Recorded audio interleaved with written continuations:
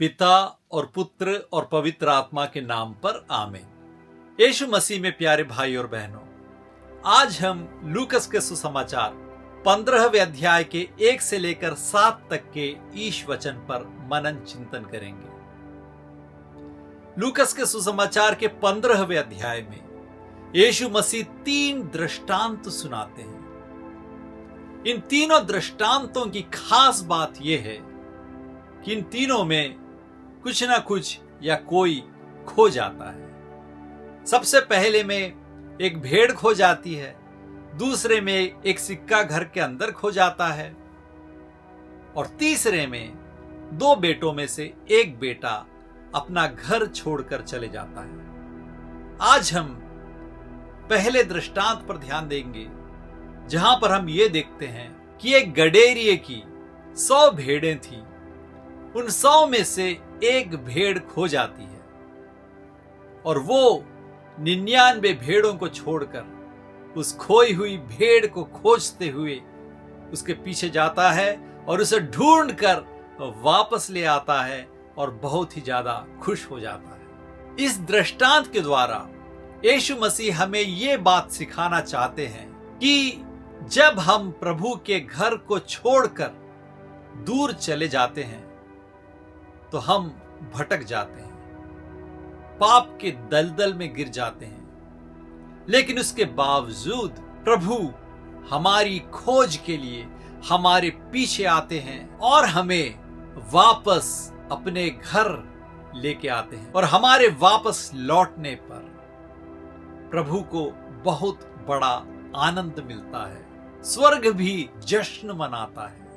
तो आए आज के सुसमाचार को हम अच्छी तरह से समझने की कोशिश करें। सबसे पहले ही वाक्य में हम ये देखते हैं कि नाकेदार और पापी यीशु मसीह के वचन को सुनने के लिए उनके पास आते हैं। कौन थे नाकेदार?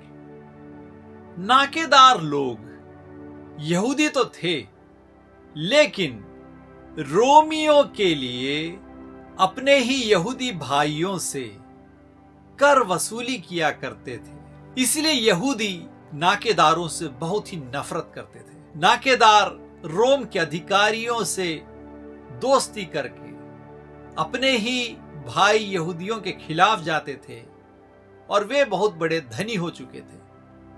इसलिए यहूदी समाज में नाकेदारों को बिल्कुल भी स्थान नहीं मिलता था। सब उन्हें नीची नजरों से और घृणा से देखा करते थे।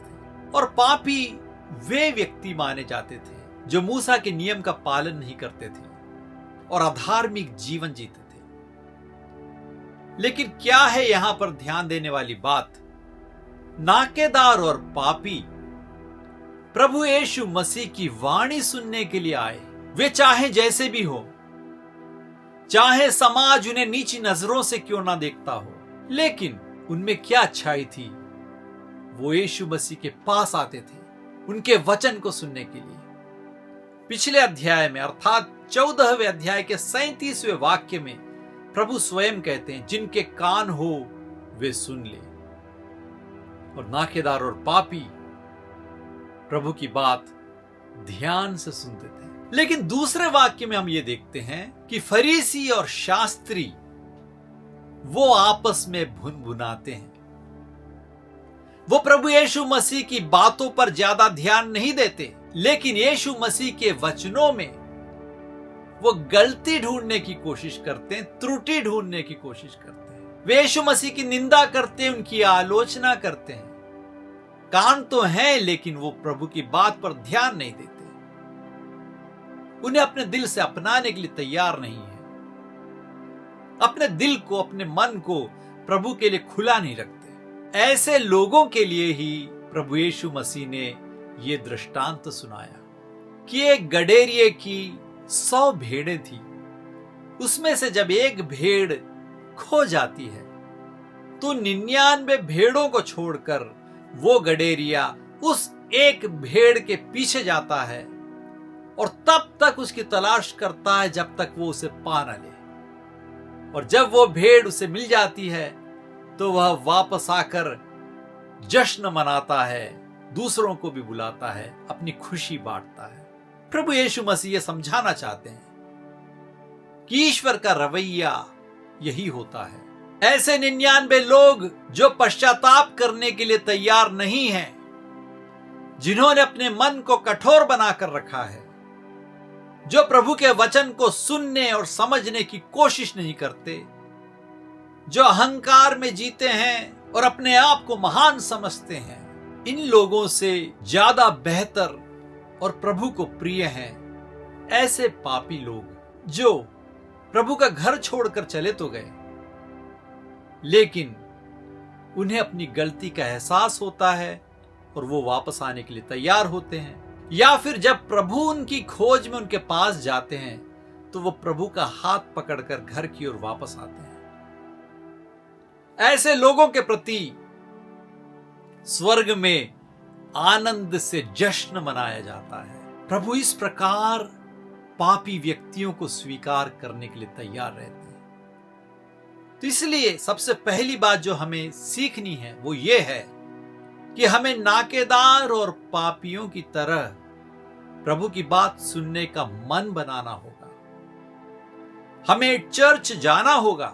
प्रभु के वचन के लिए हमारे जहन में प्यास होनी चाहिए। हमें उन शास्त्री और फरीसियों की तरह नहीं बनना है जो अपने आप को दूसरों से बेहतर और श्रेष्ठ समझते हैं, लेकिन उनके मन में अनुताप नहीं है, पश्चाताप नहीं है। अब दूसरी बात हम देखते हैं यहां पर कि प्रभु एक भला गडेरिया है। एजेकियल की पुस्तक 34वें अध्याय में हम ये देखते हैं कि एक अच्छा गडेरिया अपनी खोई हुई भेड़ों की तलाश में जाता है और उन्हें ढूंढ कर लेके आता है। प्रभु यीशु मसीह स्वयं अपने आप को भला गडेरिया कहते हैं। ऐसा गडेरिया जो अपनी भेड़ों को जानता है, समझता है, उन्हें नाम लेकर बुलाता है, और जब भेड़ खो जाती है तो उस भेड़ के पीछे जाता है। हर एक पापी इंसान भेड़ के समान है जो प्रभु के घर से दूर हो चुके हैं, खो चुके हैं, लेकिन प्रभु स्वर्ग से नीचे जमीन पर आए उस खोई हुई भेड़ की तलाश में। भेड़ क्यों खो जाती है? भेड़ एक ऐसा जानवर होता है जो हमेशा गडेरिए पर निर्भर रहता है। वो अपने बल पर अपना रास्ता नहीं तलाश पाता।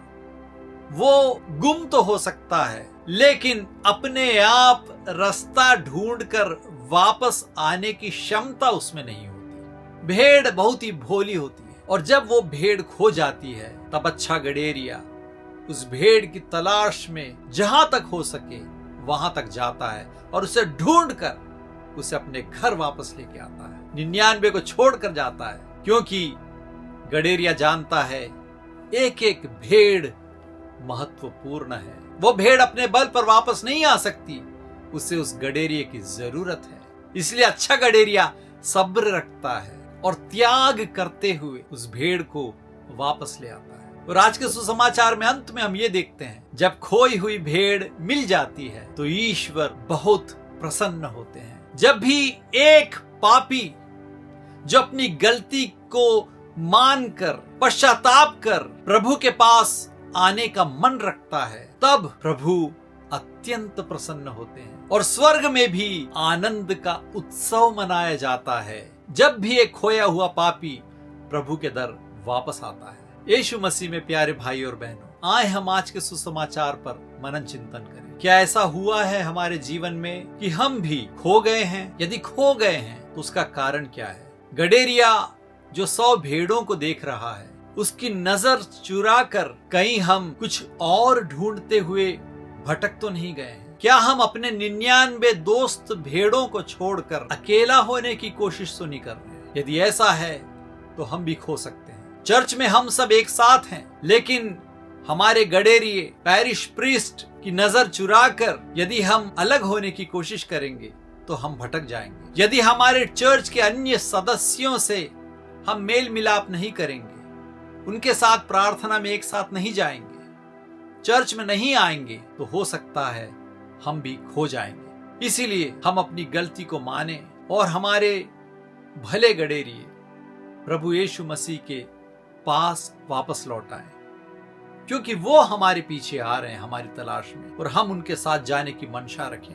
प्रभु भी हमारे वापस आने का इंतजार कर रहे हैं, और उन्हें इससे ज्यादा खुशी कभी नहीं मिलती जब एक पापी उनके पास लौट के आता है। और पापी के वापस लौट आने की जगह है पाप स्वीकार का संस्कार। आए हम अपने भले गडेरिया के पास जाएं, अपने पापों को कबूल करें, स्वीकार करें, और प्रभु से पापों का मोचन प्राप्त करते हुए आनंद मनाएं, और स्वर्ग को भी आनंद बनाने दें। ईश्वर आप सबको अनुग्रहित करें।